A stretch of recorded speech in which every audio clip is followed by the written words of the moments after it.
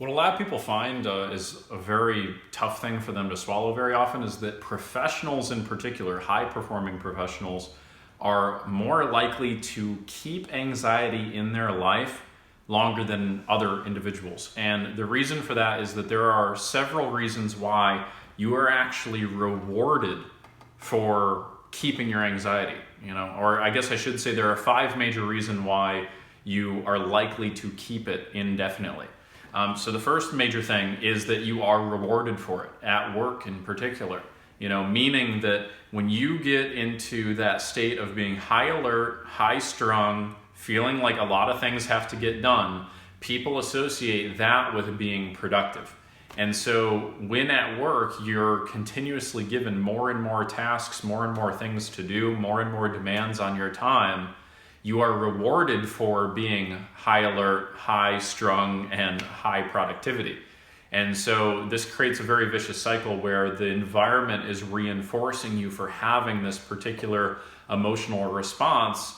Meanwhile, inside you're feeling completely burnt out. You're feeling like there's no way for you to actually feel a sense of meaning, fulfillment, or joy in your work any longer, and it just becomes a major, major challenge.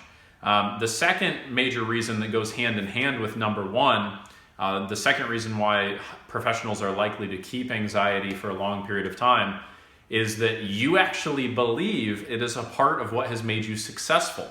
I have actually had people who have told me that they don't want to get rid of their anxiety because they believe it has gotten them to where they are now.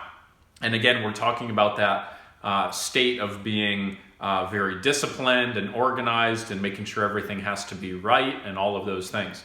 But what I want to share with you is this, and I really want you to hear me clearly on this.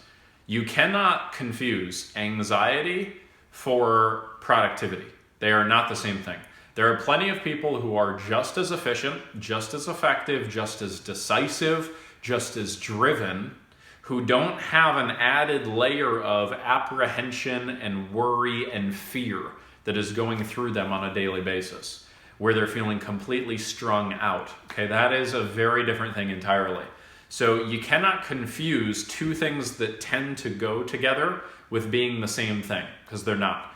Anxiety is completely separate from your ability to produce as a professional, and you can be just as driven, just as effective, in fact, far more driven, far more effective, because once you finally get anxiety out of your life, it's like you're finally able to drive the car without the emergency brake on. There's no more wasted energy that's being spent elsewhere, and it can all be purposefully directed towards very concrete outcomes. Okay, so that's the second major reason professionals are likely to keep anxiety in their life.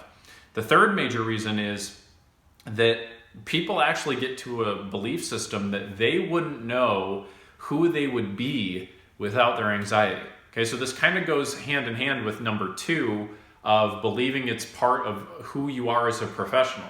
But when you believe that, it has been this sole reason why you are who you are now, why you have what you have right now, and you don't know who you'd be without it, even if you've never verbalized it like that to yourself, it's time for us to get a little bit more open-minded, right? It's time for us to actually think, well, what are the real ways in which we could expand your concept of your identity? Couldn't you imagine yourself in an environment where you're producing as much as you do now without all the added apprehension?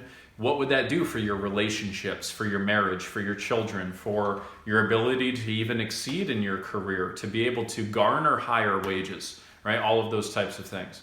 So we've got to make sure that you aren't just defining yourself. And in fact, some people actually take this as a mark of pride and significance. And they'll actually just eventually say, yep, no, that's just who I am. Yep, just high-strung, anxiety attacks, panic attacks. Yep, you know me. And they say these types of things. And what you don't realize you're doing is you're actually very subtly and subconsciously generating a sense of pride for having a big problem. It's like people want to hold on to their problems because they feel significant for the fact that they're battling with them. And I don't think that's really where you want to originate your sense of pride from.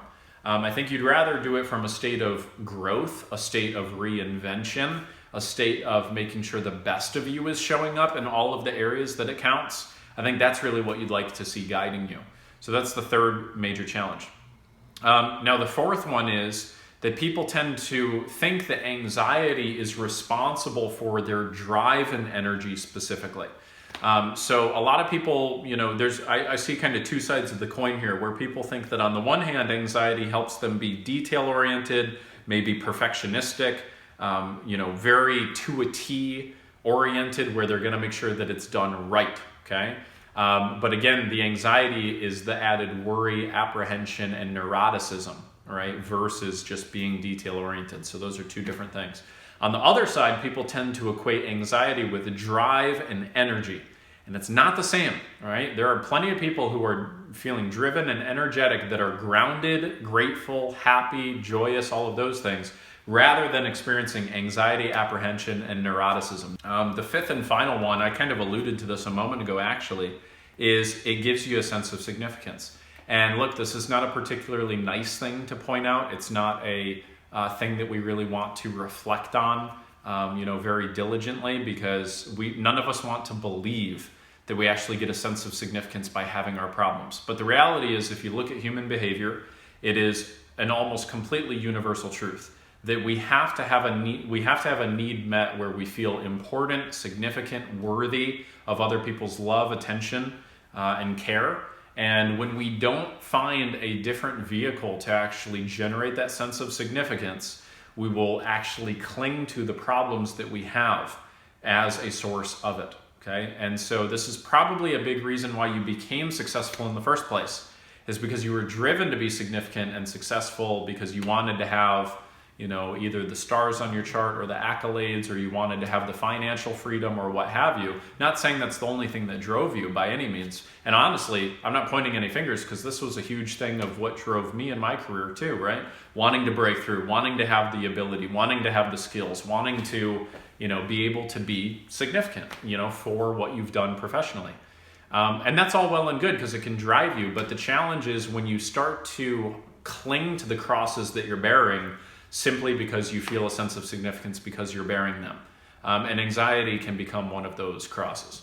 So what we want to do is eliminate that from your life. Why don't we create a situation for you where you're living anxiety-free, the quality of your work goes up, the quality of your life goes up, and you're actually in a place where you can feel completely well-adjusted. I think that's what you really want at the end of the day. So, please share with me, is there something that you would add to the list, a number 6, or, just tell me what your thoughts are on this below. Looking forward to speaking with you.